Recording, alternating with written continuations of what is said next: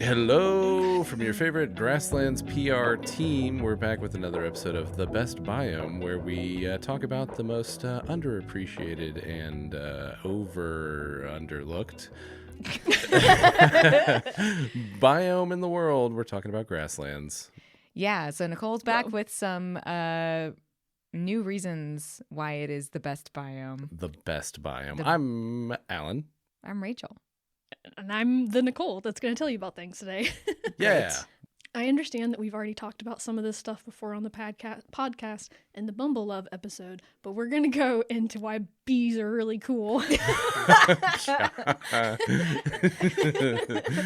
Another bee episode? It's more bees. More bees. Bees all the time. The best biome. Okay.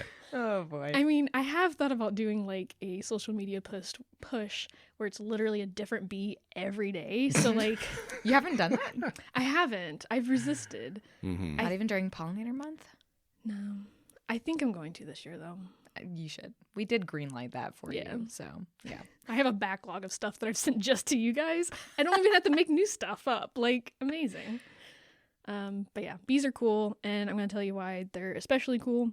We're going to go into like some bee superpowers. It's like the bee senses. Mm-hmm. And then also bee brains, specifically a deep dive on memory and cognition. Nice. Amazing. I'm very excited. I can't wait. The first thing I wanted to talk about is their super sight. All I can think of is like Ant-Man and the Wasp kind of missed out by not, getting a bee-based super hero or villain. Absolutely. So bees don't have very high clarity of vision. They're extremely short-sighted. They can only see about 10 inches in front of their face clearly. So how are they navigating the world? Because that's insane. Bees can be, several meters off the ground and then spot a flower and just hone right in on it. And a lot of that comes down to their ability to see ultraviolet. And the way that flowers are also communicating to bees as well. I think we've touched on this a little bit. But flowers are covered in what's called UV nectar guides, and it basically makes a giant, glowing target for the bees to aim for. Social bees also do a lot of helping as far as guiding each other to flower rewards. And that can be through pheromone trails, but it can also be, we think, purely by sight. So a bee's wings are very flexible, and it is thought that they reflect UV light in a way that makes it really easy for bees to follow each other and literally lead each other to flowers, versus just honeybees doing a waggle dance and things like that. So really freaking cool. So their wings are like signal mirrors, kind of, just flashing towards other bees. Yeah. Neato. And especially if you think about if you're a bee and you're 10 feet up off the ground and you see just a twinkling constellation of bee wings over this flower meadow, what a great guide for you to be able to hone in on that and go right to where all those flowers are. Yeah, I just love it. Just follow the sparklies. Absolutely. And I got really in the weeds when it came to UV vision, and turns out that, I think I mentioned this possibly to you guys, I can't remember, but turns out humans are technically capable of seeing ultraviolet light. And I say technically Okay. because when we're very, very young, it's thought that baby humans can see ultraviolet light. But as our eyes develop and age, we lose that ability. But why? I don't know, man. I mean, are there guides that babies would be using? Has anybody thought to ask this question? Oh, that's a good point. Yeah. Are there guides that babies would be using? And then Rachel did swirls over her breasts. I don't know if we can keep that in the podcast or not, but guides that babies are using to feed. Who knows? Somebody get a UV light. We're investigating to do privately. Surely we know this by now, right? There's enough. You think? Yeah, there's enough like raves that go on under black lights. We would have figured it out by now. Well, not if we can't see it. As adults at raves, Oh, yeah, no one true. takes babies to raves. to a rave. So. I'm so sorry. You're so right. Or should they? I think that's considered overstimulation. Yeah, that's probably not a good idea. Yeah. Oh my god. But yeah, it's also possible for adults. The reason why adults we can't see this light is both like the shape of our eyes, but also the lens covering our eyes specifically. It has like a slight yellow tint, which may or may not kind of cancel out some of that purple that we should be seeing. But if, for example, you have cataracts and you have cataract surgery. Oh no. Oh. And your lens is modified or even removed in an extreme case, you would be able to see UV light. What? Yeah. People who've had cataract surgery can see UV light? Yeah. Wait, what? Are you serious? Yeah. What is I'm what? 100% serious. Do you have like any firsthand accounts, like any quotes from people who've seen it? Like, what does it look like? How can they tell us things? Also, do babies not have lenses in their eyes? Well, they're not like fully formed. Baby vision is fascinating. I also went on we don't need to get into it, but I spent hours learning about eye development in babies and like how you like first see like certain colors and then other colors and then you can process like all the colors at once. Like it's so important to introduce colors to your babies so that they can like fully develop all this little brain gushiness that they're developing when they're young. Sure. Wild. Yeah. Parents, make sure that you lean into the rainbow aesthetic of baby Yes. toys. It doesn't have to be beige. find other colors. Yes, please. Good call. But yeah, super wild. A famous example of someone undergoing cataract surgery and changing the way they see things. Oh my god. Is the painter Claude Monet. Are you serious? Really? So if you look at his early works, they are full of color. And then he had cataract surgery, or he had cataracts start affecting his vision in the early 1900s. So like 1905 to 1925-ish, I think. He had cataracts, really, really bad cataracts. And if you look at his paintings during that time, they are very heavy on the red side of the color spectrum because the cataracts were affecting his vision and kind of clouding out the blues. So like he did paintings of the lily pond in his backyard like dozens of times, and it went from like super blue, green, pretty to like these really deep red paintings. He got his cataract removed and the paintings became even more blue and even more purple than they originally were. Wow. Because it's thought that he was now seeing a lot of those ultraviolet colors that were, obscured from him earlier in life. Cool. So it's Show cool. I do have Like, examples. Oh my I put them at the end because I gosh. didn't know. Oh, Again, okay. audio medium, but that's okay. That's a pretty normal looking little lake. 1860. I don't remember the name of this painting, but very normal. It's not even that impressionist. Very normal how you would see a lake. 1900 water lily pond. This is when he started struggling with cataracts. Oh, So this wow. is right before the cataracts got bad, and then the one underneath called Japanese footbridge. That was when we know that he had cataracts because he documented them bothering him. Hold up. Did he just become more impressionistic in his As his- interpretation as his visual acuity decreased? Absolutely, yes. That is a known, yes. That's As funny. his visual acuity decreased, he became more impressionist. And Interesting. I knew that about Monet, but I didn't know about the colors and why they changed. Yeah. Oh, that's So, yeah. so cool. His very, very, very red.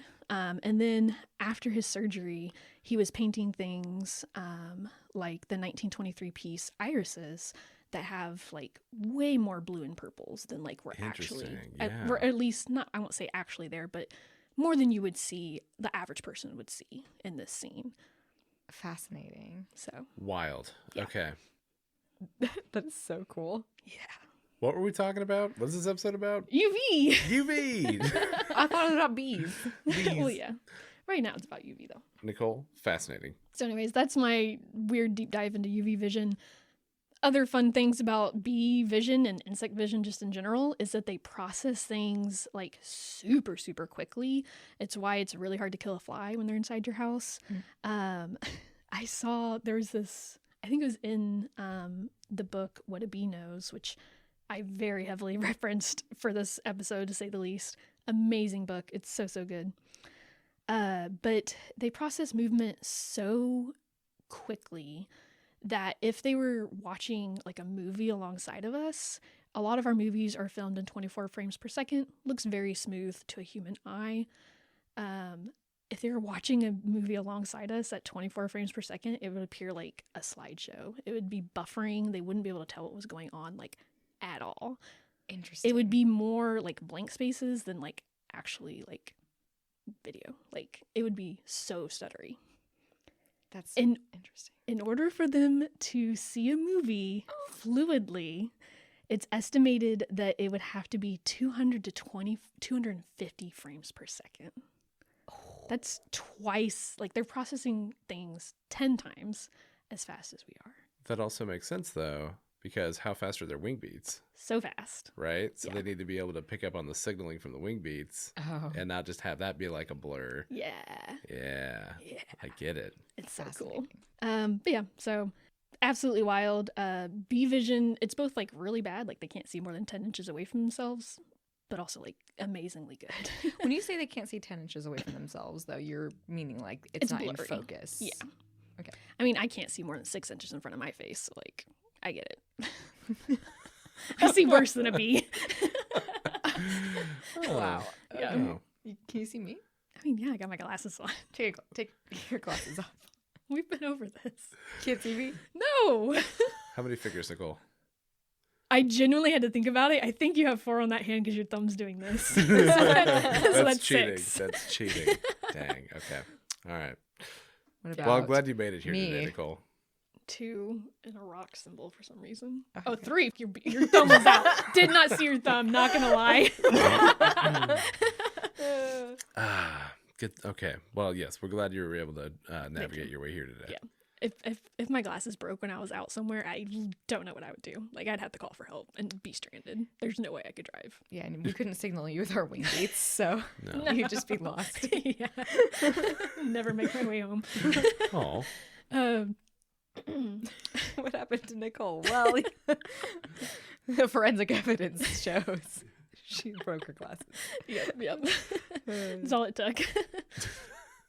Oh gosh. Sure, one of your dogs would lead you home, or at least somewhere I think interesting. Oh, somewhere interesting for sure. I don't think they'd lead me home. They're not really no. trained for that.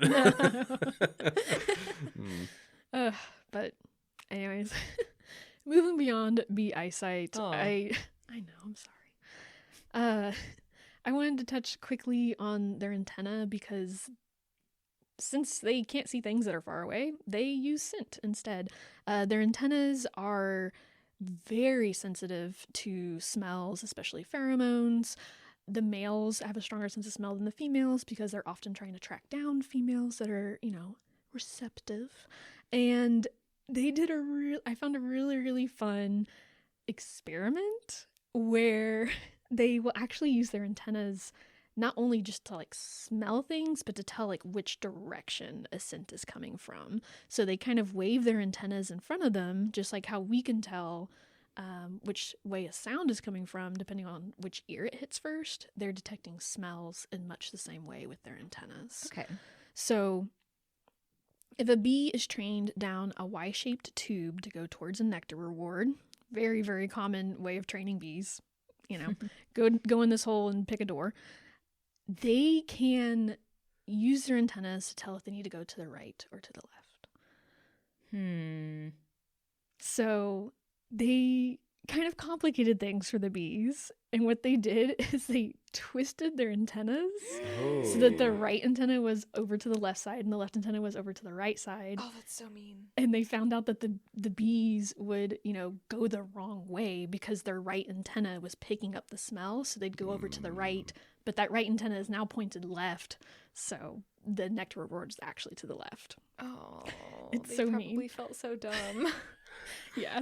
I think it was found that eventually they would figure out like something weird's going on and they would just like go the opposite way that they think that they needed to go. So they figured it out. Okay. They also found that if an antenna was removed, that they would take the remaining antenna and kind of wave it like back and forth rather than like more up and down, and use that way to be able to tell which way to go. Compensate. If the antenna was immobilized. What is that? Okay, no, go ahead. Just immobilized on top of their head. How? I don't know, man. People do mean things to bugs. I didn't look into it too much. Scientists are monsters. Yeah. Yes. We as a science podcast feel comfortable saying this. Yes, yeah. Absolutely.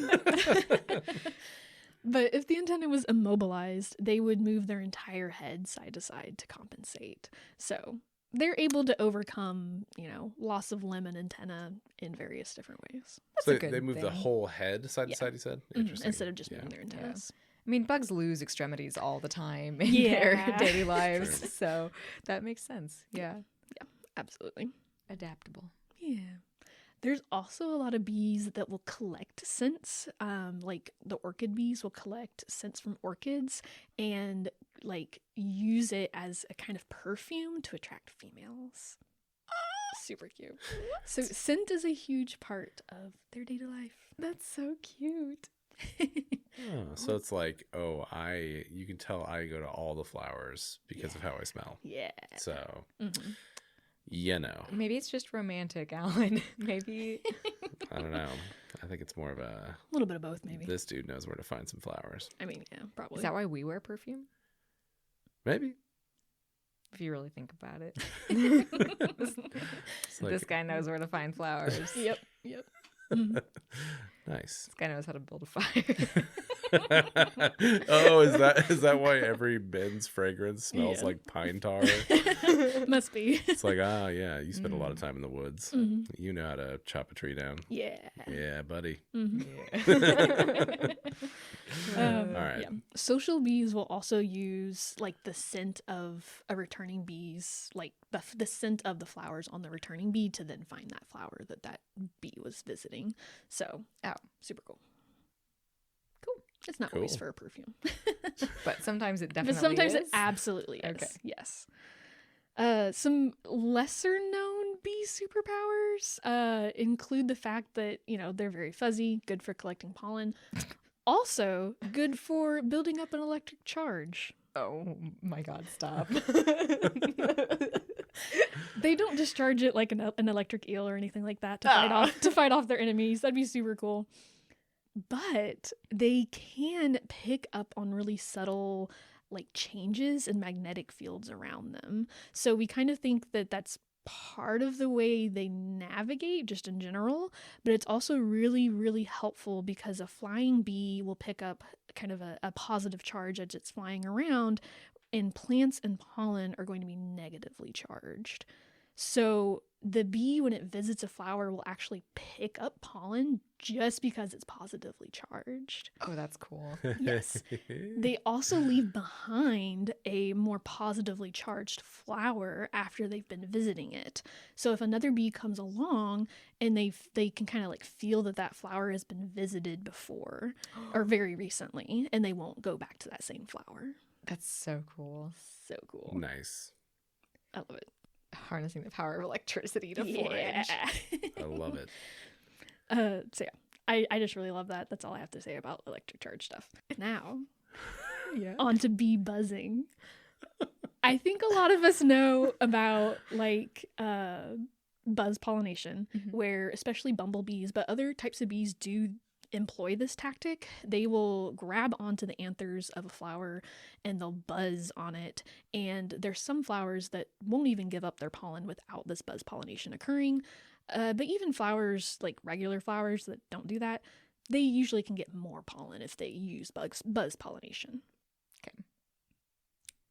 But there's another really cool thing that bees do with their buzzing, and that comes into nest building. So solitary bees, as they are digging down into the soil, they lay their eggs, they give their babies the food they need, wrap them up in a little leaf cocoon.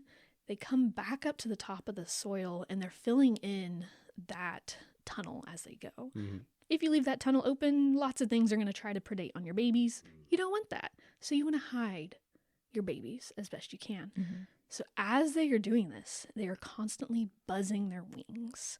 And the vibrations from that buzzing will help settle in the dirt so that it's more tightly compacted. So it's harder to dig them up, but it also means that it's harder to even find the hole to begin with. Super cool. Good babies. Yeah. It's just causing casual tunnel collapse and settle. Yeah. With their little buzz. Yeah. It's a little earthquake. Yeah. Yeah. It's nice. So yeah, I absolutely love that. You can think of it like, if you're not familiar with like, I don't know, what is that? The dynamics of like particles. I don't know. There's probably some smart words for this. Particle physics. Physics. There you go. You know, if you take a cup of sand or like a cup of flour and you like shake it or you tap it, it's going to become more compacted. Right. So that's what they're doing every time they're coming up from a tunnel and they're trying to close it behind themselves. There is a documented case of a wasp taking it a step further. Oh. I know this is about bees and not wasps, but it's important. It's really cool. There is a group of wasps known as digger wasps that they also provision food for their babies underground. They do the whole buzzy thing coming up. After they have sealed it up, they will fly away, find a little pebble, take it back to their entrance of their tunnel, and pound the ground with this pebble, and then like set it on the ground and buzz and use it as like a jackhammer to fully make sure that this tunnel is like impossible to find. So there is documented, in my case, like unequivocally documented tool use in insects. Very cool. That's wild. Good stuff. Yeah. Okay. Absolutely, like, I had never heard of that before. Don't know how, because I've read a lot of random things about bees and wasps. But I've never heard of that before. I've never even heard of tool use, like, in insects. So I have a couple other examples that are maybe slightly less convincing. And these are ones that I'd heard of. But there's, the leaf cutter bees that will take leaves and wrap their babies up in leaves. Mm-hmm. There's other types of like leaf cutter bees and resin bees that will use the resin from plants and wrap that around their babies as well, which makes the cocoons watertight. Ooh. Just like that's pretty ingenious. Like, how do they ever figure that out? I don't know. There's also some mason bees will take little balls of like chewed up leaves and saliva and knead it like dough in like sandy wet areas and incorporate the sand and use that in their nest building. Oh, that's cool. Interesting. Yeah. It's like a mortar kind of thing. Yeah. So little construction workers. Yeah. They're so talented. Much. And yeah, I just absolutely love that. And it's, I don't know, picturing it as like kneading it like dough to like incorporate just the right amount of water and sand into it, like just a really cute picture. Yes. And of great scientific interest. Yes. Yes. That too. But it's also pretty cute. It's pretty cute. It's pretty cute. It makes me feel like we have a lot in common with bees. So the question becomes like, how do bees learn this? Mm-hmm. And the answer is we don't really know for most of those things. We know that bees are absolutely capable of learning new things, like in really weird environments, kind of like the game that we played at the beginning, a bee doesn't just see 3 blue dots in the wild and know to add 1 to find a nectar reward. That's very weird. But they're capable of learning new things. They're capable of remembering those rules for a really long time as well. Depending on the species in laboratory settings, we have found that bees can remember things for several days or even 3 to 4 weeks after they learn like a new rule set. The bees that we're counting kept that information, I want to say, for about 3 weeks. They tested them again, and they did really, really well and remembered the rules and were able to find the nectar rewards. Okay, so that makes sense. Mm-hmm. Some of the stuff that we've talked about has to be just innate, though. Like, they're obviously not learning from another bee how to make the perfect little bee dough burrito. Yes, absolutely. They're certainly capable of learning from each other. We talked about this again in the Bumble Love episode, where there's been a lot of experiments where they're trying to teach bumblebees to do something weird, like roll a ball around into a little hole to get a reward. And that's not something that a bumblebee innately knows how to do. But if they have a teacher bee, which in their case was just a fake bumblebee on a stick, show the bumblebee to do that, the bumblebees were like, oh, okay, and they just did it. Like, they are capable, especially if it's a social species, of learning from one another. Sure. But yeah, a lot of it is just innate, which is wild to think about.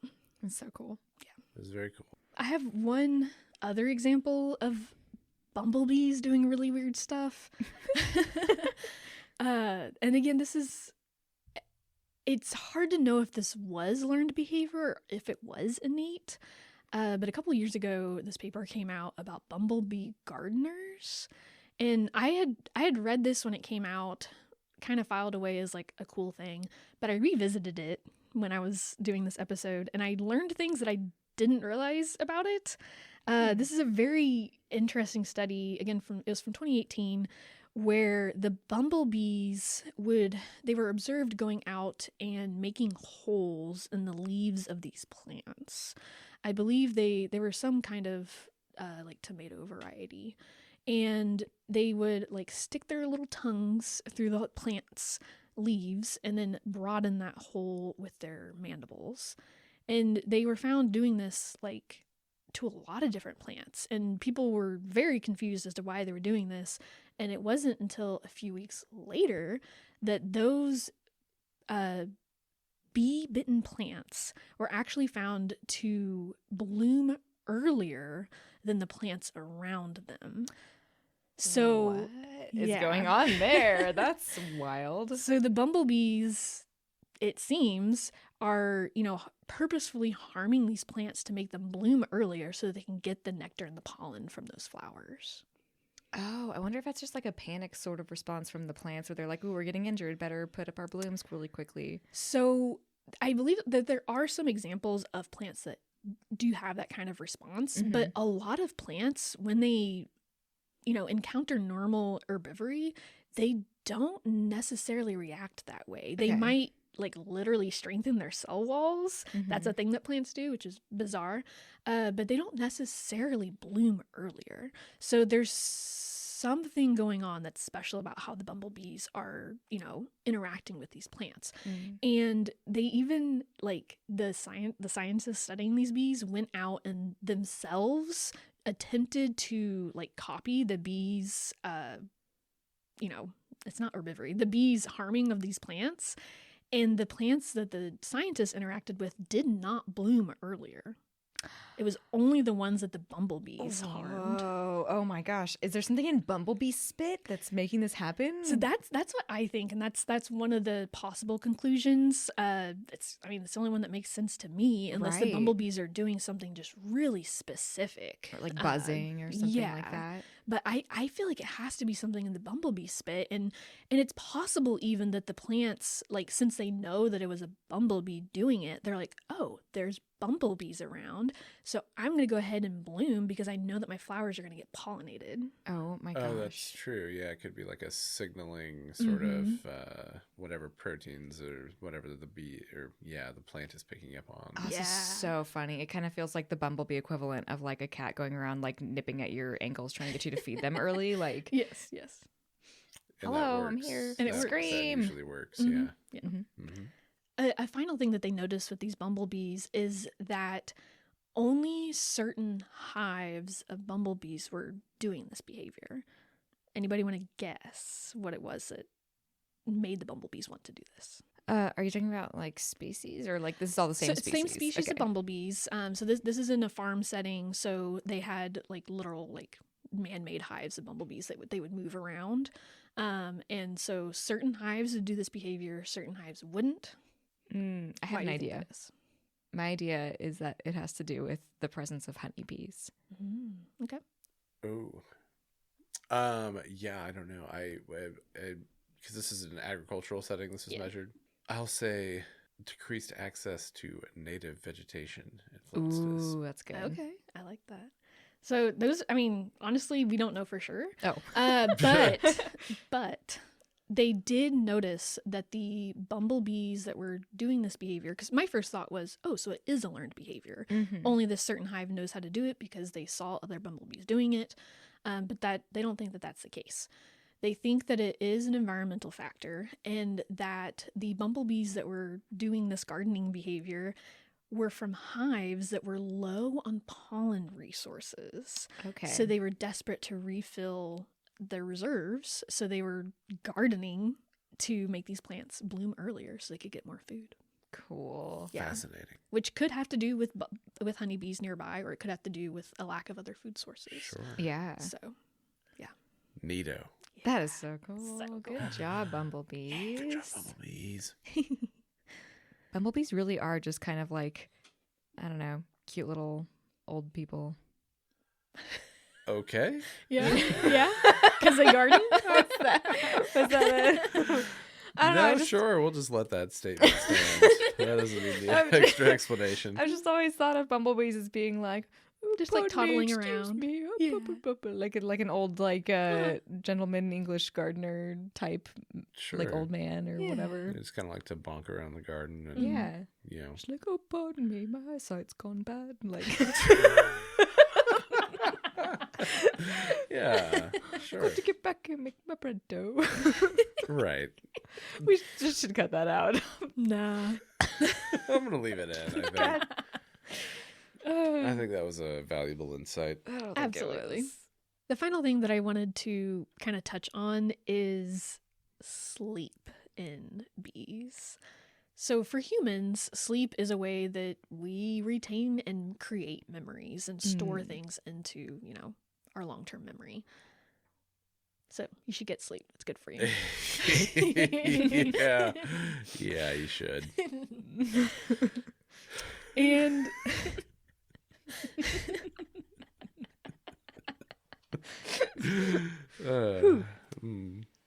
we do know that some animals dream, and it's thought that, dreaming helps you retain these memories. You can replay things that happened during the day, and it helps you, keep those memories fresh.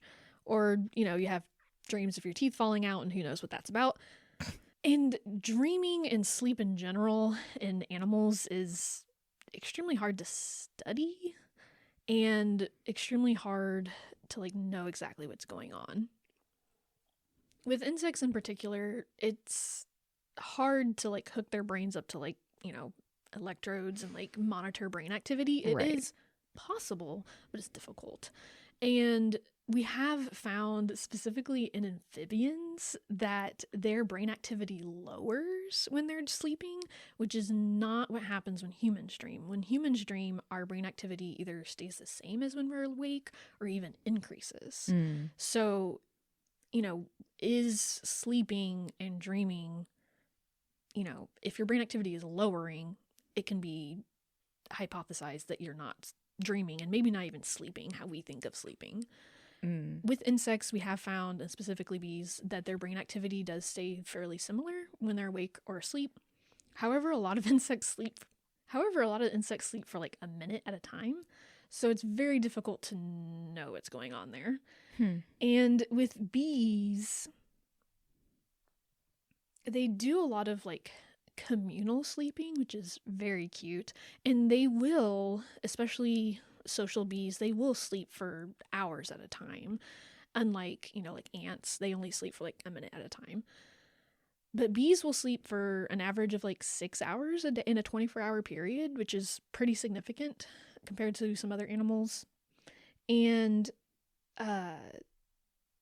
it's thought that their sleep is more similar to a human sleep than some other animals. Whether or not they dream is kind of up for debate, but we have found that if you sleep deprive bees, they do worse. They don't. This was specifically a study on honeybees. The honeybees were worse at their waggle dances. They weren't able to communicate as effectively, and they weren't able to find food as effectively. If the bees were, led out into a field and, left alone, like they were in the field collecting their food, they came back to the hive, and you sleep deprived them for one night, they could go out the next day and be fine. If, however, you took them into the field and you put them in a different, like, novel location they'd never been into, and they had to learn a new way back to the hive and, like, actively learn, like, new information, and then you sleep deprived them the next day, they were not able to retrace their steps. Interesting. Huh. Okay. So it's not just exhaustion, it's something else going on. Yeah, it's not just exhaustion. It's, their sleep seems to be how they create memories, which is what our sleep is for. Yeah. Interesting. Yeah. Do bees dream? I don't know, man. Do bees dream? It's a lovely, lovely thought. I choose to believe that they do. What they dream of, who knows? Flowers. I hope it's just dots wrong. on doors. Yes. They just dream of like sparkles and flowers and like bright lights. Yeah, absolutely. And But- sweet nectar. Sorry. Or maybe sour nectar if you chose the wrong door. Never. But I really love the world of bees, and I hope that you guys enjoyed this journey. Everyone get a good night's sleep tonight so that you can retain this information and you don't forget how amazing bees are. Amazing indeed. I don't know. I just really animal cognition is something that's really fascinating to me. And I just really enjoy thinking of alternate perceptions of our natural world from all sorts of little critters.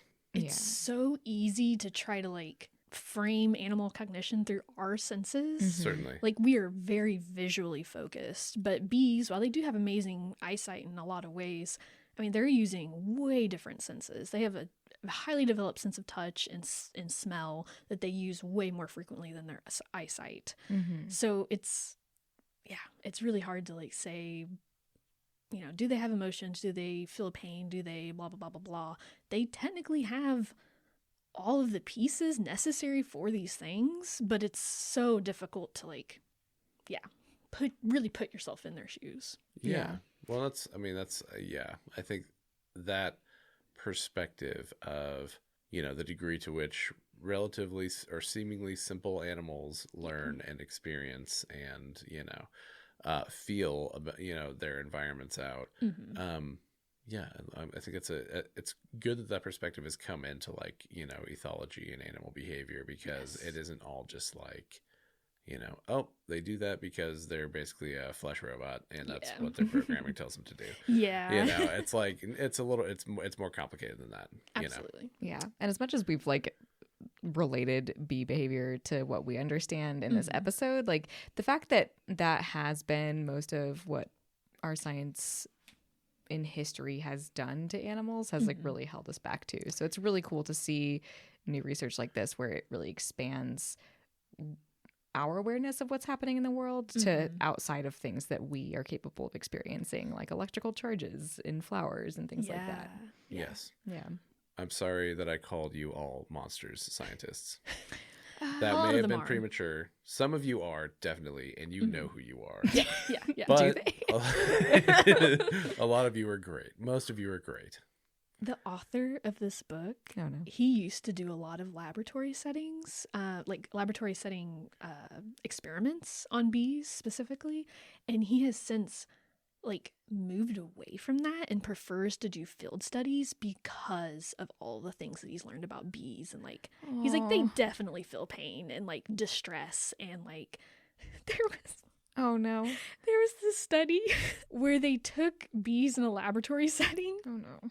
and they had these fake flowers that the bees would go to, but on some of the flowers there were robot crab spiders that would attack the bees as they came in for food. No. And they would grab the bees and like hold them for a couple seconds and then let them go. And they found that the bees were like super anxious and like would look out for these spiders once they knew they were there. And they would spend more time looking at like cryptically colored spiders than they would that ones that stood out. Because, and even when there wasn't a spider on the flower, they would like look at this flower for a while before settling on it, because they're like, something bad happened last time. Like, Aw. and like, I guess assigning an emotion like anxiety to a bee might not be entirely accurate, but like, But Kinda. Yeah. Yeah. Yeah, effectively, yeah. and we know that they have like heightened levels of cortisol and like stress hormones in their brains Right. Right. after these events. So Which is, I mean, what is, biologically, Mhm. what is anxiety if not that fight or flight response Mhm. becoming overactive? Yeah. Yeah. So, Mhm. yeah. Yeah. So yeah. Well, What a great episode, Nicole. Thank you for. Yeah, you're welcome. You mentioned the book "What a Bee Knows." Yes, amazing book. by whom? What a Bee Knows by Stephen Buchmann. Buchmann? It's a B. It's a U. That's Stephen the Bookman. That sounds like a fake author. This book was written by ChatGPT. It's Buchmann. Oh, He was like I said, a scientist working out of Arizona for, I want to say at least like for a while, and has since done mostly field work, and absolutely loves bees. there It's a you go. beautiful book. My favorite read of 2023. Did I only read like 3 books last year? Yes. But this is my favorite one. Well, thank you, Nicole. Thank you, Steve, Yes. for your love of bees, both of you, and for sharing it with us. The Best Biome is produced by our nonprofit, Grassland Groupies. We'll be back in 1 month with another spectacular episode about something which I can't really tell you about right now, but you're going to want to be there for it. Absolutely. I should have pulled up a script for the intro and outro, but I think this is fine. Yeah. We're doing great. Be sure to leave us a review, or send us your thoughts on social media, fan mail, hate mail, whatever you want. We would love to hear from you, and we'll see you guys in 1 month. Bye. Bye-bye. There's a bee in Costa Rica that makes these little balls out of like spit and dirt and stuff. And they store them inside of their hives. And they use them whenever a parasitic wasp, I believe, comes by. They smell this wasp on the air. They smell them with their little antennas. They take these balls that they've been preserving and they plug up the entrance of their hive to keep the wasp out. Cool. That is some like higher level thinking. Like they're capable of thinking ahead. Like what? I just want you guys to know that the moment we stopped recording, Nicole's like, "Did you guys know?" Well, I was trying to cut some stuff because the episode was going on for a Oh, while. it's fine. No, I just the moment you were off microphone, you started talking about bees again. Yeah. That's okay. Just wanted our audience to know that. Let's just keep talking about bees the rest of the day. Okay. I'm ready. Do you know how much? There's plenty more information from that book that I did not put in this podcast. Perfect. Can we take 1 hour to talk about birds? Okay, fine. Cool.